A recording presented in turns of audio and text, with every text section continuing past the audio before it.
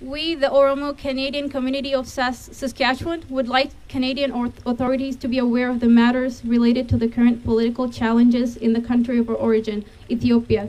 We appeal for intervention in all possible ways in the interest of advancing human rights, political freedom, access to information and media freedom, due processes of the laws for prisoners, and the right to live. Ethiopia is plunging into a deepening political, human rights, and humanitarian crisis. In utter contempt for the international community's call for an all-inclusive dialogue and reconciliation, the Ethiopian government has chosen the opposite path of escalating state terrorism and lawlessness. Mr. Abiy and his government are causing the dismantlement of any semblance of stability in the country. The Ethiopian government is preparing for an increase in civil wars and provocations fueled by hate and vengeance instead of establishing grounds for an all-inclusive national dialogue and reconciliation. Assassinations of prominent figures are on the rise in the country. What have become the principal descriptors of Mr. Abiy's administration? Well, what have become the principal descriptors of Mr. Abiy's administration? Well, the imprisonment of those who hold views critical of his government, extrajudicial killings, and trumped-up charges against political leaders and journalists. It is laudable that the unimaginable atrocities in Tigray have rightfully garnered the attention of the international community. However, this has overshadowed the tyranny in the rest of the country.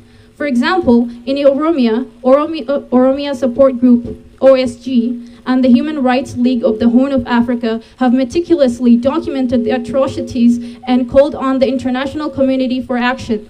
The Ethiopian Human Rights Commission has also investigated some of the atrocities in Oromia and recommended that the government address the grave violations of human rights. We, the Oromo Canadian community of Saskatchewan, strongly denounce such lawlessness and state terrorism and call on the international community to act before the country descends into further chaos.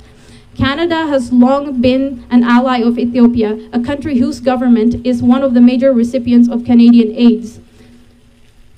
We demand internationally the United Nations Human Rights Commission and the United Nations Security Council to continue to press the Ethiopian government towards ending violence and resolving differences through dialogue.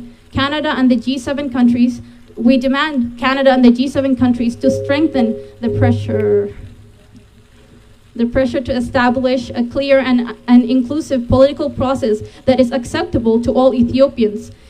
We demand the enacting